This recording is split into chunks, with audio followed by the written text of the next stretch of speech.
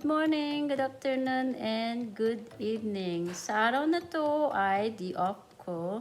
That's mean wala akong pasok. So, naisip ko lang na gumawa ng cassava cake. Tara, papakita ko sa inyo kung paano gumawa ng cassava cake. Ito ang mga kailangan sa paggawa ng cassava cake. Kailangan natin ng casserole dish, makapuno, coconut milk, condensed milk, whole milk, grated cassava, 2 egg, and butter. Ang lahat ng ito ay paghalo-haluin mo lang, tapos ilagay natin sa oven. Tara, i-mix na natin yung mga ingredients ng cassava cake. So, ito na yung Pyrex na gagamitin natin sa pagluto ng cassava cake. So, ito yung gamit ko na cassava. Nasa 454 grams. Lahat ito ay ilalagay natin.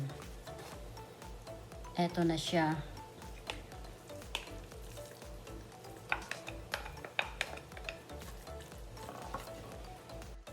Ang isunod natin ay ang coconut milk.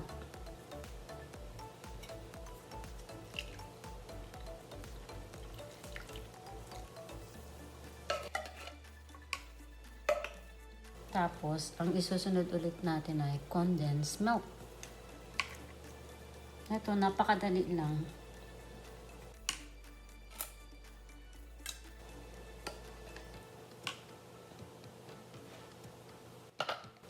Tapos, ito, makapuno.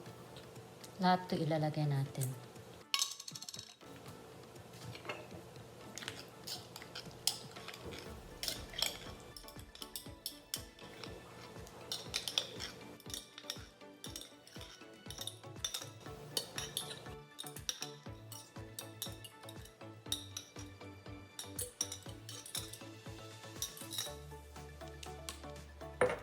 Tapos, 2 itlog.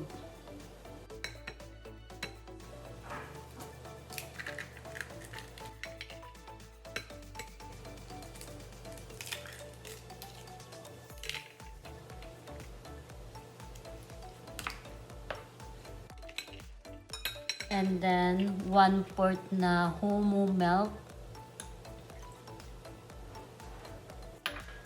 And 1/4 na butter.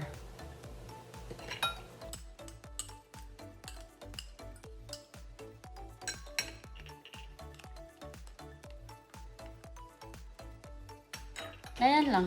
Paghalo-haloin mo tapos mix together.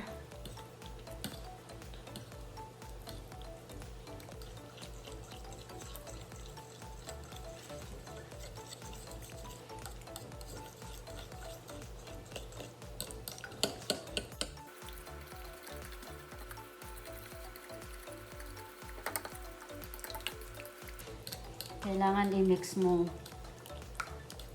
I-mix mo ng i-mix para masarap ang timpla.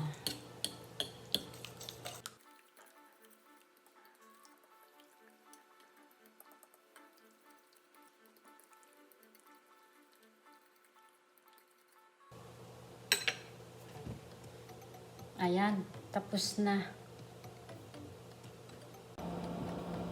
Ayan, ready na siya.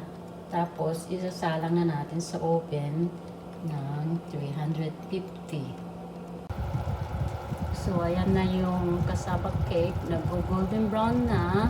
So, ang isusunod natin gagawin ay ihinaan natin ng temperature ang ating oven. Ilagay natin sa 200. Ayan. Ayan, luto na ang cassava cake. Pwede na tayong kumain. So, ito na ang aking cake. Ayan na siya, luto na. Tara, kain na tayo. Tara, kain tayo. Ito na siya. Mag-merienda tayo. Okay?